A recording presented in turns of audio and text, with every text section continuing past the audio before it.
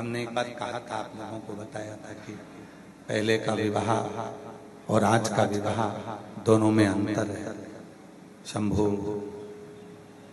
पहले के विवाह में और आज के विवाह में दोनों में अंतर है।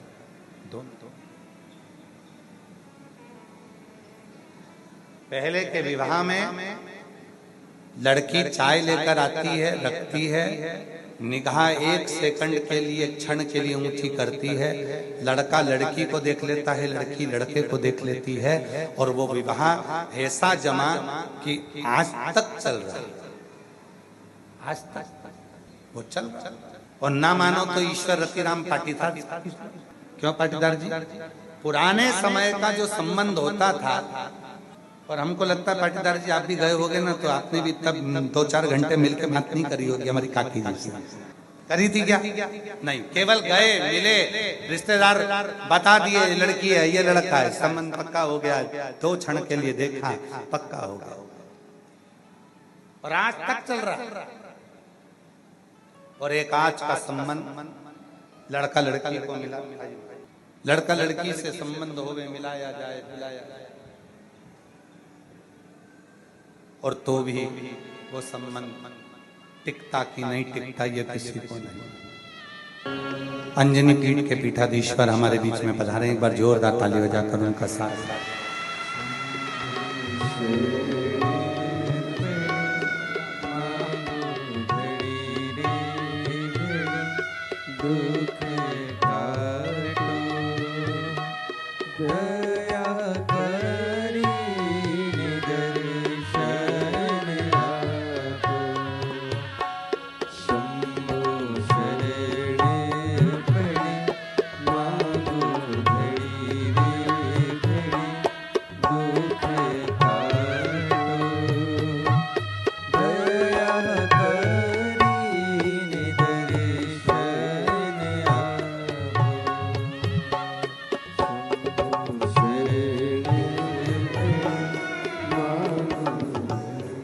पूर्व का जो संबंध है, उस पूर्व के संबंध में एक क्षण का देखना होता था। थोड़ा मिठास डाल दो, गला पकड़ रहा है बाबा, बहुत ज्यादा साउंड बेकार चल रहा है। पूर्व के संबंध में एक क्षण का मिलन होता था, और वो एक क्षण का मिलन जन्म तक चलता रहता था। एक आज का संबंध, माँ बाप होटल बुक कर लिए, 17 करोड़ की शादी की तारीख निकल गई, दोनों के फोटो शूट करने के लिए गए थे घूमने, छोरी छोरे को निपटा दिया। अब तो हमको टेंशन होने लगा राघव की शादी का। कहां गया विश्वास, कहां गया भरोसा। एक निवेदन, एक करवत हाथ जोड़कर, बच्चों को डॉक्टर बनाओ, इंजीनियर बनाओ, कलेक्टर बनाओ, तुम्हारी मर्जी पड़े वो बनाओ, खूब पढ़ाओ, पर अपने घर के बच्चों को एक लोटा जल चढ़ाने का संस्कार भी दो कम से कम। वो आपके बच्चों के संस्कार प्रबल होंगे तो वो कभी किसी को धोखा नहीं देगा। वो बच्चा धोखा नहीं दे सकता, वो बेटी कभी धोखा नहीं दे सकती, वो लड़की कभी धोखा नहीं दे सकती जो शिव को भजती होगी, शिव को पूजती होगी, शंकर को एक लोटा जल चढ़ाती होगी। वो आपके जीवन में अगर आ गई तो वो कभी तुमको धोखा नहीं देगी, भले रूखी रोटी खा लेगी, तेरे से कदम मिलाकर चलेगी। संबंध क्या हो गया आज के जमाने को, पानी की टंकी में, बाथरूम के फर्श के नीचे, मिक्सर में, क्या कहां गए? निवेदन करें आज इस व्यास पीठ से, आप चाहते हो कि हमारे बच्चे अदालत में खड़े होकर गीता पर हाथ रखें, ये दुनिया का कोई व्यक्ति नहीं चाहता। अगर बचपन में अपने बच्चों को गीता पढ़ने के लिए दोगे, गीता सुनने के लिए दोगे, और सत्संग में लेकर जाओगे तो ये पक्का है कि तुम्हारे बच्चे कभी अदालत में खड़े होकर गीता पर हाथ नहीं रखेंगे। गीता पर हाथ नहीं। पढ़ाओ, खूब पढ़ाओ अपने बच्चों को, बेटा और बेटी को खूब पढ़ाओ, खूब डिग्रियां दिलाओ, खूब डिग्रियां दिलाओ, खूब अच्छे अच्छे कोचिंग में भेजिए, पर साथ में अपने बच्चों को संस्कार भी दीजिए। आज विरोध करने वाले बहुत विरोध करते हैं सनातन धर्म का। महाराजों ने तो धंधा बना लिया, महाराजों ने तो ये कर लिया।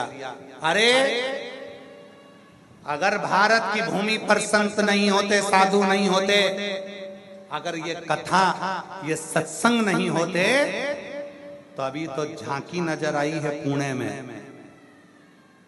अभी तो थोड़ी सी झांकी दिखी है कि गए थे और धक्का दे दिया, और वो वहां घूमने गए थे और वहां मारिया है, वहां गए थे वहां मार दिया। अभी तो झांकी नजर आई है।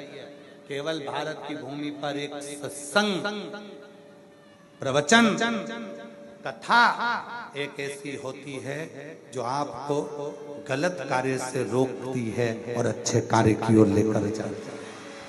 श्रेष्ठ संस्कार। घर में कार कम होगी ना चलेगा, घर में सोफा सेट कम होगा ना चलेगा, पर आप अपसेट मत। कार कम है चलेगा, पर संस्कार की कमी नहीं होना चाहिए। संस्कार प्रबल होना चाहिए। नियम बनाओ अपने अपने बच्चों को रोज एक लोटा जल देकर मंदिर पहुंचाने का। देखो, जिसके घर के बच्चे मंदिर की सीढ़ी पर चढ़ना प्रारंभ कर देते हैं, जिसके घर के बच्चे शंकर मंदिर में एक लोटा जल चढ़ाना प्रारंभ कर देते हैं, उस घर का बुजुर्ग कभी वृद्धाश्रम में नहीं मिलेगा, कभी नहीं मिलेगा वो वृद्धाश्रम में। जाना, वृद्धाश्रम में जाइए, पूरे भारत के जितने वृद्धाश्रम है सब में जाकर देखिए, ठेले चलाने वाले का माता पिता कभी वृद्धाश्रम में नहीं मिलता, सब्जी बेचने वाले के माता पिता कभी वृद्धाश्रम में नहीं मिलते, फल बेचने वाले के माता पिता कभी वृद्धाश्रम में नहीं मिलते, कबाड़ा बीनने वालों का, कबाड़ा बेचने वालों के माता पिता कभी वृद्धाश्रम में नहीं मिलते। गरीबी में गुजरान कर लेंगे और अपने माँ बाप को वृद्धाश्रम नहीं भेजते। वृद्धाश्रम में तो अच्छे अच्छे पढ़े लिखों के माँ बाप वृद्धाश्रम में बैठकर रोटी खाते हैं। गरीब का नहीं मिलेगा, किसी ठेले चलाने वाले का, किसी गरीब आदमी का माँ बाप कभी वृद्धाश्रम में नहीं मिलेगा। वो रूखी खाएगा पर अपने माँ बाप को रखे, सेवा करे, खूब पढ़ाओ, खूब विद्याध्ययन कराओ, पर साथ में संस्कार दीजिए, ज्ञान दीजिए। हमारे घर के बच्चे गलत मार्ग पर न जाएं। मातृ शक्ति जगत जननी जगदम्बा अम्बा को प्रसन्न करने के लिए और भगवान देव अधिदेव महादेव को प्रसन्न करने के लिए, दोनों को प्रसन्न करने के लिए अलग अलग क्रम बनाए और दोनों के क्रम बिल्कुल अलग। शक्ति को प्रसन्न करना है, माँ दुर्गा भवानी को प्रसन्न करना है, तो अग्नि के माध्यम से माँ आद्य शक्ति दुर्गा भवानी प्रसन्न हो जाती है, अग्नि के माध्यम से। इसलिए जब अष्टमी की तिथि होती है, नवमी तिथि होती है, सप्तमी तिथि होती है, अष्टमी तिथि होती है, नवमी तिथि होती है, ये सारी जो तिथियां होती हैं, इन सारी तिथियों में हम माता रानी को थोड़ी अग्नि जलाकर धूप छोड़ते। देवी को प्रसन्न करने के लिए अग्नि की जरूरत पड़ती है और महादेव को प्रसन्न करने के लिए एक लोटे जल की जरूरत पड़ती है। अब मत छेड़िए, करबद्ध निवेदन है आप लोगों से, थोड़ा चल लेने दो। देवी को प्रसन्न करना है तो अग्नि की जरूरत पड़ेगी, और मेरे महादेव को अगर प्रसन्न करना है तो एक लोटे जल की जरूरत है। अब कई लोग कहते हैं गुरुजी शिव और शक्ति दोनों को ही प्रसन्न करना है और तुरंत कोई ऐसी जगह बता दो जहां पर शिव और शक्ति एक साथ प्रकट होकर प्रसन्न होकर हम पर करुणा करना प्रारंभ कर दें, तो वो स्थान कौन सा हो सकता है? तो शिव महापुराण में उमा संहिता में एक स्थान ऐसा बताया, बेलपत्र का वृक्ष। उस बेलपत्र के वृक्ष के नीचे जब जल चढ़ाकर हम दीपक प्रज्वलित करते हैं, लंबी बत्ती का, कौन सी बत्ती का? वो रुई की जो लंबी बत्ती होती है, उसको घी में डुबोकर हम दीपक प्रकट करते हैं। उस समय पर शिव और शक्ति दोनों ही प्रसन्न होकर हमें वर प्रदान करना प्रारंभ करते, दोनों। अब दीप किसके लिए लगाया तुमने? शक्ति के लिए। जल किसके लिए चढ़ाया आपने? देवाधिदेव महादेव। दोनों को प्रसन्न कर। और देवी को जब कोई दीप लगता है, कुल देवी को, मां आद्य शक्ति जगत जननी जगदम्बा दुर्गा भवानी को, मां वीणा वादनी को, मां शारदा को, मां संतोषी को, मां लक्ष्मी को, मां जगत जननी दुर्गा भवानी को, कोई भी माता को यदि दीपक लगाया जाता है तो वो बत्ती गोल नहीं होती, वो फूल बत्ती का नहीं होता। मां आद्य शक्ति, मां जगत जननी दुर्गा भवानी को, लक्ष्मी को, शारदा भवानी को, मां वीणा वादनी को, मां पार्वती को, भगवान मां आद्य जगत जननी दुर्गा भवानी को अगर कोई दीप लगाया जाता है तो वो बत्ती हमेशा लंबी हो। लंबी बत्ती क्यों? गोल बत्ती क्यों नहीं? तो कहा, जब हम मां आद्य शक्ति जगत जननी को लंबी बत्ती का दीपक लगाते हैं तो हमारा वंश बढ़ता चले जाता है, वो वंश घटता नहीं। वो वंश नहीं घटता, बढ़ता। इसलिए शिव और शक्ति, देवी को अगर प्रसन्न करना है तो अग्नि से होगा, और अगर महादेव को प्रसन्न करना है तो जल से।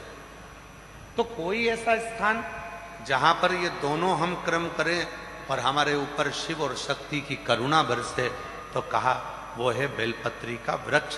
पहले जल समर्पित करो, उसके बाद लंबी बत्ती का अगर एक दीपक भी हमने महीने भर में एक बार भी लगा दिया तो याद रखना, शिव और शक्ति हमारे जीवन में इतनी तरक्की देना प्रारंभ करते हैं कि हमारे सारे मार्ग सुलभ होते चले। एक और मैंने तेरे ही भरोसे बाबा, तेरे ही भरोसे हवा बिच उड़ती जागी बाबा, डोर हतो छठी नाम कटी जागी, भोले मैं तेरी पतन, शंभू मैं तेरी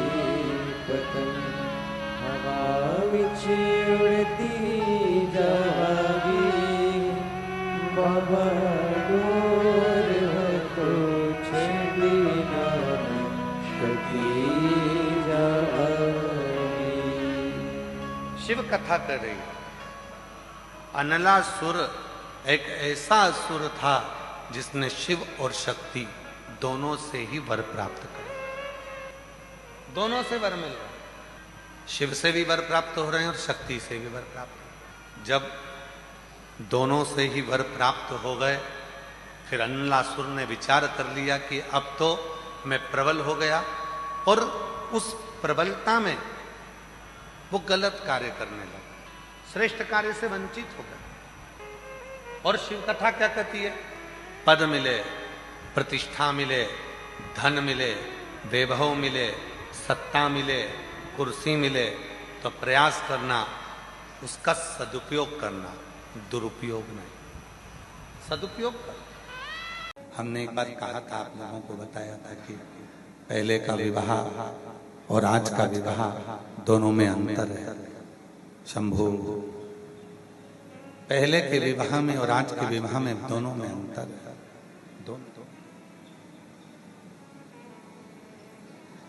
पहले के विवाह में लड़की चाय लेकर आती है, रखती है, निगाह एक सेकंड के लिए, क्षण के लिए ऊंची करती है, लड़का लड़की को देख लेता है, लड़की लड़के को देख लेती है, और वो विवाह ऐसा जमा कि आज तक चल रहा है। आज तक वो चल रहा है। और ना मानो तो ईश्वर रतिराम पाटीदार, क्यों पाटीदार जी, पुराने समय का जो संबंध होता था, और हमको लगता है पाटीदार जी आप भी गए होगे ना, तो आपने भी तब 2-4 घंटे मिलकर बात नहीं करी होगी हमारी काकी जी से। करी थी क्या? नहीं, केवल गए, मिले, रिश्तेदार बता दिए लड़की है, ये लड़का है, संबंध पक्का हो गया, 2 क्षण के लिए देखा, पक्का हो गया, और आज तक चल रहा है। और एक आज का संबंध, लड़का लड़की को मिला, लड़का लड़की से संबंध हो गए, मिलाया जाए, मिलाया जाए, और तो भी वो संबंध टिकता कि नहीं टिकता ये किसी को नहीं। अंजनी पीठ के पीठाधीश्वर हमारे बीच में पधारे, एक बार जोरदार ताली बजाकर उनका साथ।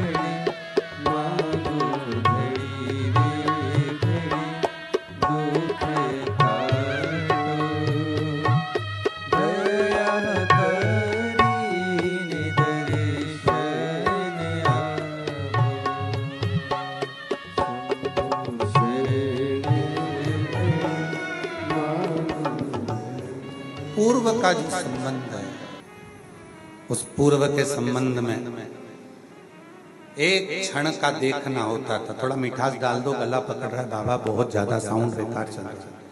पूर्व के संबंध में एक क्षण का मिलन होता था, और वो एक क्षण का मिलन जन्म तक चलता रहता था। एक आज का संबंध, माँ बाप होटल बुक कर लिए, 17 करोड़ की शादी की तारीख निकल गई, दोनों के फोटो शूट करने के लिए गए थे घूमने, छोरी छोरे को निपटा दिया। अब तो हमको टेंशन होने लगा राघव की शादी का। कहां गया विश्वास, कहां गया भरोसा। एक निवेदन, एक करवत हाथ जोड़कर, बच्चों को डॉक्टर बनाओ, इंजीनियर बनाओ, कलेक्टर बनाओ, तुम्हारी मर्जी पड़े वो बनाओ, खूब पढ़ाओ, पर अपने घर के बच्चों को एक लोटा जल चढ़ाने का संस्कार भी दो कम से कम। वो आपके बच्चों के संस्कार प्रबल होंगे तो वो कभी किसी को धोखा नहीं देगा। वो बच्चा धोखा नहीं दे सकता, वो बेटी कभी धोखा नहीं दे सकती, वो लड़की कभी धोखा नहीं दे सकती जो शिव को भजती होगी, शिव को पूजती होगी, शंकर को एक लोटा जल चढ़ाती होगी। वो आपके जीवन में अगर आ गई तो वो कभी तुमको धोखा नहीं देगी, भले रूखी रोटी खा लेगी, तेरे से कदम मिलाकर चलेगी। संबंध क्या हो गया आज के जमाने को, पानी की टंकी में, बाथरूम के फर्श के नीचे, मिक्सर में, क्या कहां गए? निवेदन करें आज इस व्यास पीठ से, आप चाहते हो कि हमारे बच्चे अदालत में खड़े होकर गीता पर हाथ रखें, ये दुनिया का कोई व्यक्ति नहीं चाहता। अगर बचपन में अपने बच्चों को गीता पढ़ने के लिए दोगे, गीता सुनने के लिए दोगे, और सत्संग में लेकर जाओगे तो ये पक्का है कि तुम्हारे बच्चे कभी अदालत में खड़े होकर गीता पर हाथ नहीं रखेंगे। गीता पर हाथ नहीं। पढ़ाओ, खूब पढ़ाओ अपने बच्चों को, बेटा और बेटी को खूब पढ़ाओ, खूब डिग्रियां दिलाओ, खूब डिग्रियां दिलाओ, खूब अच्छे अच्छे कोचिंग में भेजिए, पर साथ में अपने बच्चों को संस्कार भी दीजिए। आज विरोध करने वाले बहुत विरोध करते हैं सनातन धर्म का। महाराजों ने तो धंधा बना लिया, महाराजों ने तो ये कर लिया। अरे अगर भारत की भूमि पर संत नहीं होते, साधु नहीं होते, अगर ये कथा, ये सत्संग नहीं होते, तो अभी तो झांकी नजर आई है पुणे में। अभी तो थोड़ी सी झांकी दिखी है कि गए थे और धक्का दे दिया, और वो वहां घूमने गए थे और वहां मार दिया, वहां गए थे वहां मार दिया। अभी तो झांकी नजर आई है। केवल भारत की भूमि पर एक सत्संग, प्रवचन, कथा एक ऐसी होती है जो आपको गलत कार्य से रोकती है और अच्छे कार्य की ओर लेकर जाती है। श्रेष्ठ संस्कार। घर में कार कम होगी ना चलेगा, घर में सोफा सेट कम होगा ना चलेगा, पर आप अपसेट मत। कार कम है चलेगा, पर संस्कार की कमी नहीं होना चाहिए। संस्कार प्रबल होना चाहिए। नियम बनाओ अपने अपने बच्चों को रोज एक लोटा जल देकर मंदिर पहुंचाने का। देखो, जिसके घर के बच्चे मंदिर की सीढ़ी पर चढ़ना प्रारंभ कर देते हैं, जिसके घर के बच्चे शंकर मंदिर में एक लोटा जल चढ़ाना प्रारंभ कर देते हैं, उस घर का बुजुर्ग कभी वृद्धाश्रम में नहीं मिलेगा, कभी नहीं मिलेगा वृद्धाश्रम में। जाना वृद्धाश्रम में जाइए, पूरे भारत के जितने वृद्धाश्रम है सब में जाकर देखिए, ठेले चलाने वाले का माता पिता कभी वृद्धाश्रम में नहीं मिलता, सब्जी बेचने वाले के माता पिता कभी वृद्धाश्रम में नहीं मिलते, फल बेचने वाले के माता पिता कभी वृद्धाश्रम में नहीं मिलते, कबाड़ा बीनने वालों का, कबाड़ा बेचने वालों के माता पिता कभी वृद्धाश्रम में नहीं मिलते। गरीबी में गुजरान कर लेंगे और अपने माँ बाप को वृद्धाश्रम नहीं भेजते। वृद्धाश्रम में तो अच्छे अच्छे पढ़े लिखों के माँ बाप वृद्धाश्रम में बैठकर रोटी खाते हैं। गरीब का नहीं मिलेगा, किसी ठेले चलाने वाले का, किसी गरीब आदमी का माँ बाप कभी वृद्धाश्रम में नहीं मिलेगा। वो रूखी खाएगा पर अपने माँ बाप को रखे, सेवा करे, खूब पढ़ाओ, खूब विद्याध्ययन कराओ, पर साथ में संस्कार दीजिए, ज्ञान दीजिए। हमारे घर के बच्चे गलत मार्ग पर ना जाए।